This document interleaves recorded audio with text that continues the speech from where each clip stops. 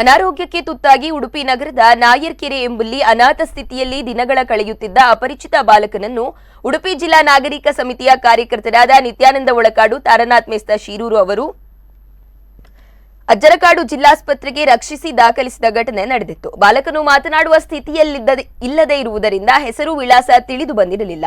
ಪ್ರಕಟಣೆಯ ಬಳಿಕವೂ ಯಾರೂ ಸಂಪರ್ಕಿಸದ ಹಿನ್ನೆಲೆ ಆತನನ್ನು ನಾಗರಿಕ ಸಮಿತಿಯ ಕಾರ್ಯಕರ್ತರು ಮಕ್ಕಳ ರಕ್ಷಣಾ ಘಟಕದ ಪರಿವೀಕ್ಷಣಾಧಿಕಾರಿ ಪ್ರಭಾಕರ್ ಆಚಾರ್ ಅವರಿಗೆ ಮಾಹಿತಿ ನೀಡಿದರು.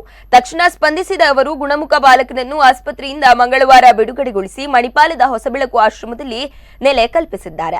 ಆಶ್ರಮ ಸಂಚಾಲಕರಾದ ತನುಲಾ ತರುಣ್, ವಿನಯ್ ಚಂದ್ರ ಸಾಸ್ತಾನ ಅವರು ಬಾಲಕನಿಗೆ ಆಶ್ರಯ ಒದಗಿಸಿ ಮಾನವೀಯತೆ ಮೆರೆದಿದ್ದಾರೆ. ಕಾರ್ಯಾಚರಣೆಯಲ್ಲಿ ನಾಗರಿಕ ಸಮಿತಿಯ ನಿತ್ಯಾನಂದ ಒಳಕಾಡು, ತಾರನಾಥ್ ಮೇಸ್ತ ಶೀರೂರು ಭಾಗಿಯಾಗಿದ್ದರು ಹಾಗೂ ಕಾರ್ಯಾಚರಣೆಗೆ ಉಚಿತ ಆಂಬ್ಯುಲೆನ್ಸ್ ಸೇವೆಯನ್ನು ಒದಗಿಸಿದ್ದಾರೆ.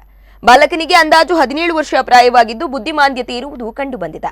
ಪಶ್ಚಿಮ ಬಂಗಾಳದ ನಿವಾಸಿ ಎಂದು ಶಂಕಿಸಲಾಗಿದ್ದು, ಸಂಬಂಧಿಕರು ತುರ್ತಾಗಿ ಮಣಿಪಾಲ ಹೊಸಬೆಳಕು ಆಶ್ರಮದ ಸಂಚಾಲಕರನ್ನು ಸಂಪರ್ಕಿಸಲು ಸೂಚನೆ ನೀಡಲಾಗಿದೆ.